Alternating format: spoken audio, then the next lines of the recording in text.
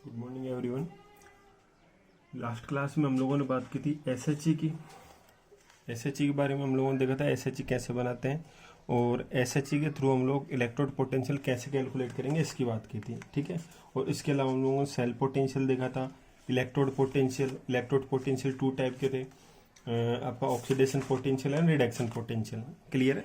चलो, तो last class में हम लोग बात कर चुके हैं कि एसएचई स्टैंडर्ड हाइड्रोजन इलेक्ट्रोड के थ्रू हम लोग किसी भी आप लोग जो भी आप लोग सेल लेना चाहो जिस भी मेटल का, उस सेल के लिए हम लोग इलेक्ट्रोड पोटेंशियल कैलकुलेट कर सकते हैं। क्लियर है? तो एसएचई की हेल्प से हम लोग इलेक्ट्रोड पोटेंशियल कैलकुलेट कर सकते हैं। ये आप लोगों ने किया भी था, मेजरमेंट ऑफ इलेक्ट्रोड पोटेंशियल। एक साइड में हम लोग एसएचई लगाते थे और दूसरे साइड में जिस भी सेल का हमें सेल पोटेंशियल कैलकुलेट करना है वो लगाते थे। क्लियर है? और यहाँ पे गैल्वेनोमीटर लगा देते थे। अब गैल्वेनोमीटर में जो भी रीडिंग आती थी वो इस सेल का क्या होता था, सेल पोटेंशियल। क्यों? क्योंकि हम लोग हाइड्रोजन के लिए एसएचई के लिए जो सेल पोटेंशियल लेते थे वो कितना लेते थे, इलेक्ट्रोड पोटेंशियल 0। तो जब इसका 0 होगा तो जो भी रीडिंग आएगी वो किसके लिए आएगी, सेकेंड वाले हाफ सेल के लिए।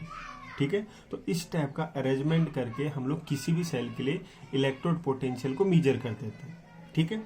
अब देखो, यहाँ पे हमें कुछ कंडीशंस फॉलो करनी पड़ती थी। कंडीशंस क्या थी कि यहाँ पे जो भी हम लोग सॉल्ट ले रहे हैं, दोनों हाफ सेल हैं, उसमें जो भी सॉल्ट ले रहे हैं उसकी कंसंट्रेशन 1 मोलर होनी चाहिए थी। कितनी होनी चाहिए थी?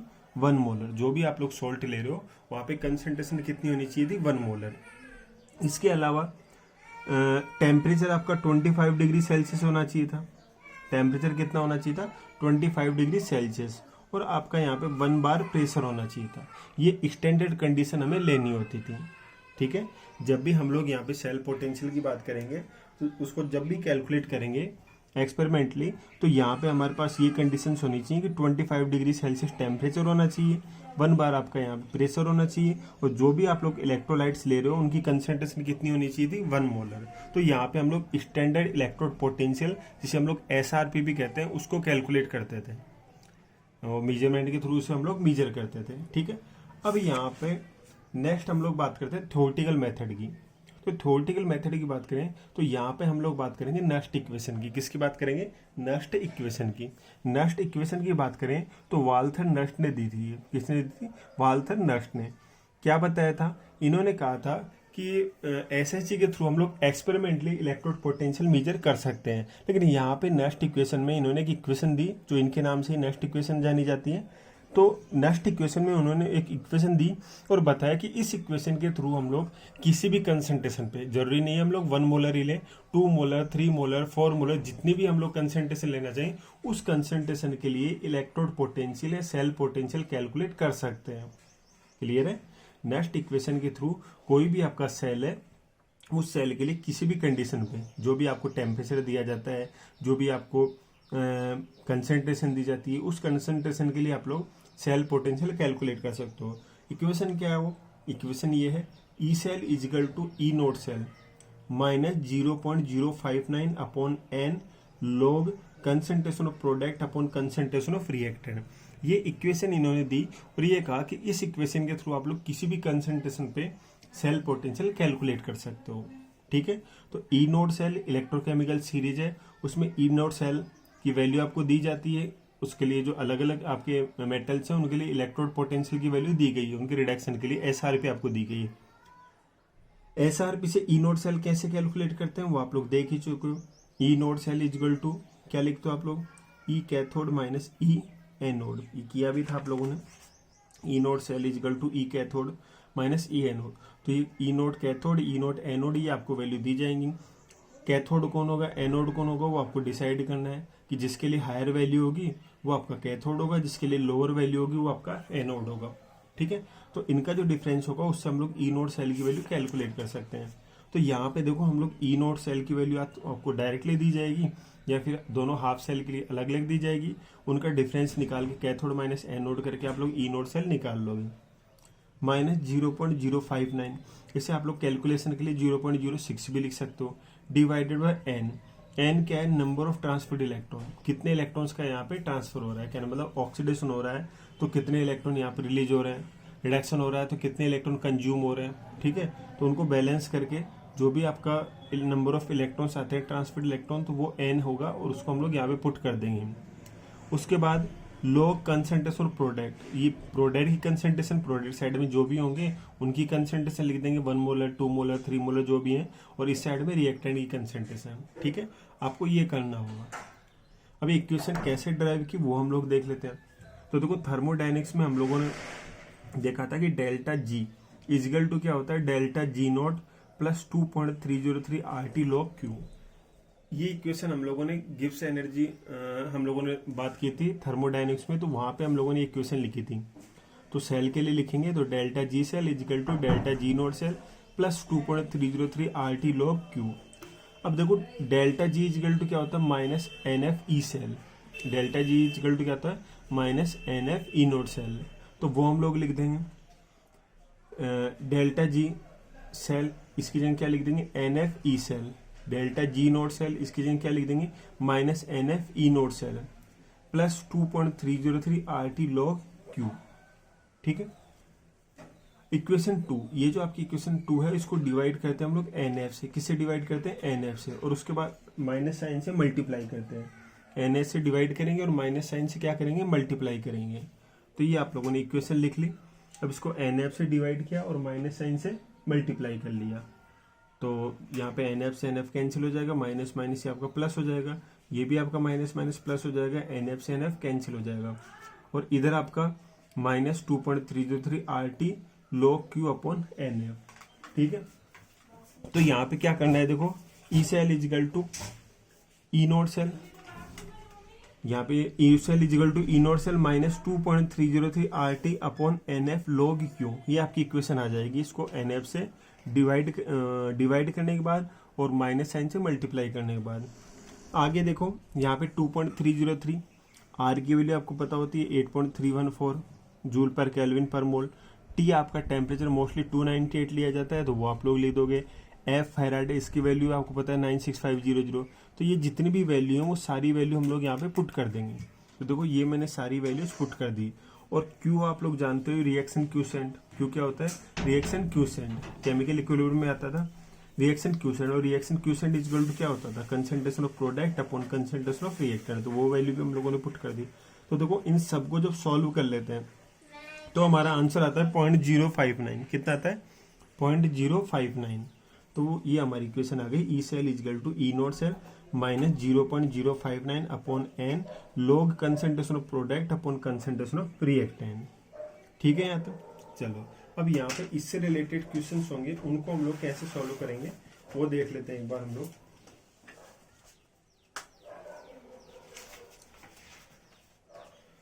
देखो यहाँ पे क्वेश्चंस किस टाइप के आएंगे, पहले तो ये बात कर लेते हैं।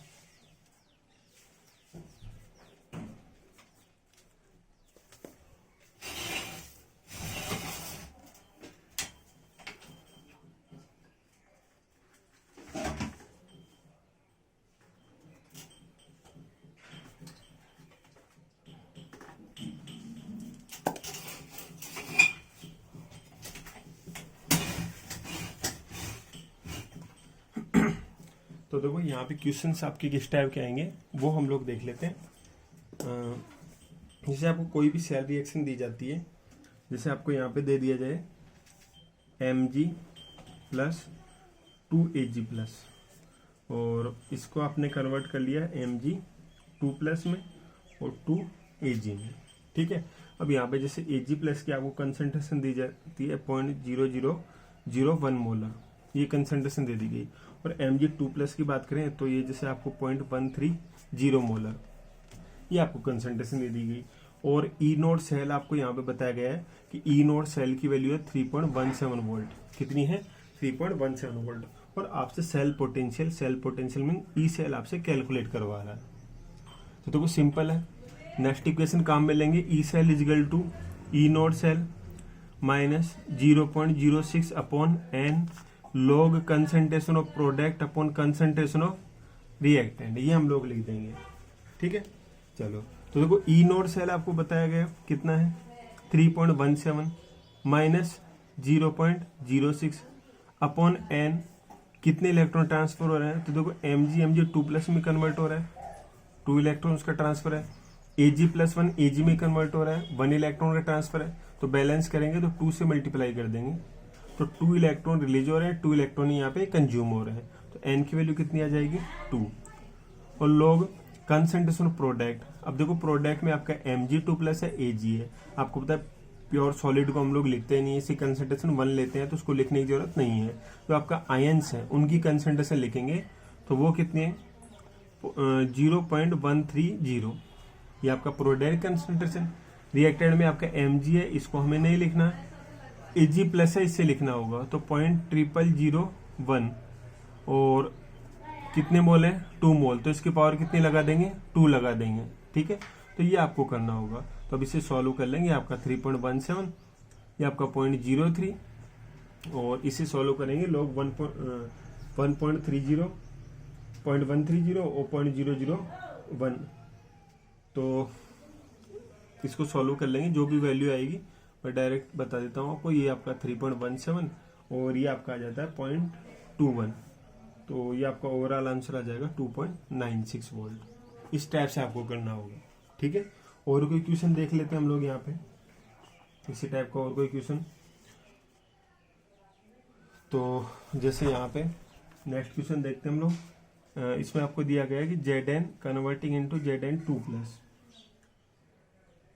और यहाँ पे आपको दे दिया जाता है Cu2+ कन्वर्टिंग इनटू Cu। जो आपका डैनियल सेल है वो रिएक्शन आपको यहाँ पे दी जाती है। ठीक है, अब जैसे Zn2+ की कंसंट्रेशन आपको 0.01 मोलर दी गई है। कितनी दी गई है 0.01 मोलर। और ये जो आपका Cu2+ है, इसको फॉर एग्जांपल मैं मान लेता हूँ 0.001 मोलर, ये आपको कंसंट्रेशन दी गई है। क्लियर है यहाँ तक? चलो अब आपको यहाँ पे सॉल्व करना है। और ई नोड सेल जैसे आपको 1.1 वोल्ट दे दिया गया है, यहाँ पे कितना दे दिया गया 1.1 वोल्ट। अब आपसे वही सेल पोटेंशियल की बात करते हैं, तो सेल पोटेंशियल कैसे निकालोगे? E cell is equal to E naught cell, वो आपको 1.1 वोल्ट माइनस 0.06 अपॉन एन। अब देखो Zn2+ में कन्वर्ट होगा 2 इलेक्ट्रॉन, Cu2+ Cu में कन्वर्ट होगा, यहाँ पे भी 2 इलेक्ट्रॉन। ठीक है यहाँ तक? तो एन की वैल्यू 2 लोग कंसंट्रेशन प्रोडक्ट। अब देखो प्रोडक्ट कौन कौन होगा, ये रिएक्शंस में लिख देता हूँ। तो ये तो एनोड कंपार्टमेंट की reaction Zn converting into Zn2+ with removal of 2 electron, और कैथोड कंपार्टमेंट की reaction Cu2+ converting into Cu bye consuming 2 electron. 2 electron से 2 इलेक्ट्रॉन कैंसिल, तो Zn plus Cu2+ forming Zn2+ and Cu। ठीक है, अब product में आपका Zn2+ है, Cu है, तो Zn2+ को तो आप लोग लिखोगे ही नहीं, सॉरी Cu को तो आप लोग लिखोगे ही नहीं, Zn2+ को लिखोगे। तो Zn2+ की कंसंट्रेशन कितनी है 0.01, और रिएक्टेंट में आपका Zn लिखना ही नहीं है, Cu2+ लिखना है। Cu2+ की कंसंट्रेशन कितनी है 0.001। तो अब इसे सॉल्व कर लेंगे इसे। ठीक है, तो ये आपका 1.1 वोल्ट माइनस ये आपका 0.03 आ जाएगा। अब इसे मैं यूँ लिख देता हूँ log 1 × 10⁻², 1 × 10⁻3। तो ये -3 ऊपर जाएगा तो प्लस के 3, तो 10 आ जाएगा। 10 की वैल्यू आपको पता ही 1 होती है, तो 0.03 × 1 log 10 आ जाएगा। log 10 की वैल्यू 1 होती है, तो वो लिख दिया हम लोगों ने। तो 1.1 वोल्ट माइनस 0.03, तो आपका आ जाएगा 1.07 वोल्ट। ठीक है, तो इस टाइप से आपको ई सेल पोटेंशियल कैलकुलेट करना होगा। ठीक है, इसमें जो दूसरे तरीके के क्वेश्चन होंगे उनमें क्या होगा कि आपको कंसंट्रेशन पूछ सकता है, बाकी सारी वैल्यू दी जाएंगे और आपसे कंसंट्रेशन पूछी जा सकती है। ठीक है, तो वो कैसे करेंगे देखो। फॉर एग्जांपल मैं आपको दे देता हूँ Cr converting into Cr3+, Fe2+ forming Fe। ठीक है, अब यहाँ पे जैसे Cr3+ की कंसंट्रेशन आपसे पूछ ली जाती है, Fe2+ की आपको दे दी जाती है 0.01 मोलर। कितनी दे दी जाती है 0.01 मोलर। ठीक है, अब आप लोग इसे सॉल्व करोगे, तो जैसे ई नोड सेल की बात करें, और दूसरा आपको देखो इक्वेशन आपकी ये है, E cell is equal to E naught cell minus 0.06 upon n log concentration of product upon concentration of reactant. ये क्वेश्चन आपको पता है। अब देखो यहाँ पे आपको Cr3+ की कंसंट्रेशन कैलकुलेट करनी है, Fe2+ की कंसंट्रेशन आपको दी गई है। ई नोड सेल की बात कर लें, इसकी बात कर ले ई नोड सेल की, तो फॉर एग्जांपल में यहाँ पे ई नोड सेल की वैल्यू की बात करें तो वो आपको जैसे 0.3 वोल्ट दे दी जाती है। कितनी दे दी जाती है? 0.3 वोल्ट, ठीक है। और ई सेल की वैल्यू जैसे आपको 0.26 वोल्ट दी गई है। कितनी दी गई? 0.26 वोल्ट। ई नोड सेल आपको दिया गया, ई सेल आपको दिया गया, ये दे दिया, ये दे दिया, ये आपके पास है ही। अब देखो यहाँ पे प्रोडक्ट कौन होगा, रिएक्टेंट कौन होगा, वो देख लेते हैं। तो सी आर तो किस में कन्वर्ट हो रहा है? Cr3+ में विद रिमूवल ऑफ 3 इलेक्ट्रॉन। और जो आपका Fe2+ है वो किस में कन्वर्ट हो रहा है? Fe में विद गेनिंग 2 इलेक्ट्रॉन। तो देखो इलेक्ट्रॉन बैलेंस करेंगे, इस इक्वेशन को 2 से मल्टीप्लाई कर देते हैं और इस इक्वेशन को 3 से मल्टीप्लाई कर देते हैं, ठीक है। तो 6 इलेक्ट्रॉन से 6 इलेक्ट्रॉन कैंसिल, तो 2Cr plus 3Fe2+ forming 2Cr3+ plus 3Fe। तो देखो Fe तो आपको लिखना ही नहीं है, इधर आपको Cr भी नहीं लिखना है। प्रोडक्ट में Cr3+, तो ये Cr3+ और इसकी कंसंट्रेशन आपको कैलकुलेट करनी है, उसकी पावर 2, क्योंकि 2 मोल लिया है। रिएक्टेंट आपका Fe2+ की कंसंट्रेशन आपको पता है 0.01 और इसकी पावर 3, ठीक है। तो अब इसे हम लोग सॉल्व कर लेंगे, क्लियर है। अब हम लोग इसे क्या करेंगे? सॉल्व कर लेंगे। आपके पास ई सेल है, इसकी वैल्यू पुट कर देंगे 0.26। ई नोड सेल है, इसकी वैल्यू पुट कर देंगे 0.06 अपॉन एन। एन कितना है? 6। कितने इलेक्ट्रॉन ट्रांसफर हो रहे हैं? 6। तो एन की वैल्यू 6 आ जाएगी, तो आपका 0.01 हो जाएगा। लो कंसेंट्रेशन ऑफ प्रोडक्ट, अब प्रोडक्ट कितना है? ये Cr3+ कैलकुलेट करना है, और ये आपका रिएक्टेंट की आपको कंसंट्रेशन दी गई 0.01 इसकी पावर 3। तो इसे हम लोग सॉल्व कर लेंगे, Cr3+ आपको निकालना होगा, ठीक है। इसी टाइप का एक और क्वेश्चन देख लेते हैं।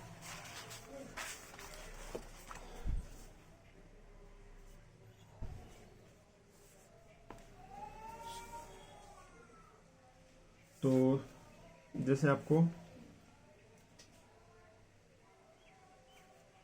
Ag दिया गया है, Ag+ दिया गया है, ठीक है। और साथ में आपको दिया गया है